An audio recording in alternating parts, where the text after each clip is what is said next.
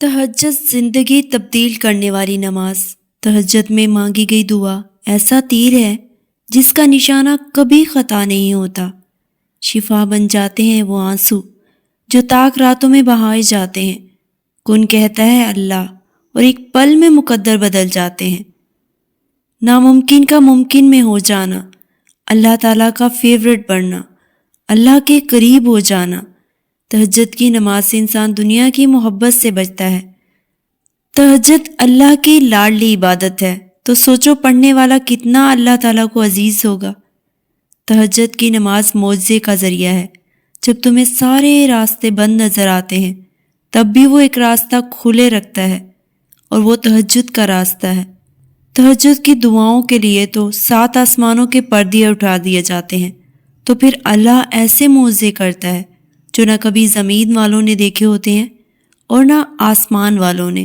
تہجد بہت لاڈلی عبادت ہے۔ اس عبادت تک جو پہنچ گیا وہ اللہ کا پسندیدہ شخص ہے۔ تہجد کی نماز یہ ثبوت دیتی ہے تمہیں اللہ سے اور اللہ کو تم سے محبت ہے۔ وہ رب جسے اپنی محبت نوازنا چاہتا ہے اسے اس تہجد تک لاتا ہے۔ تہجد پڑھنے والوں کی دعا رد نہیں کی جاتی۔ تہجد کا سجدہ ہو اور اللہ نہ ملے، ایسا ممکن ہی نہیں۔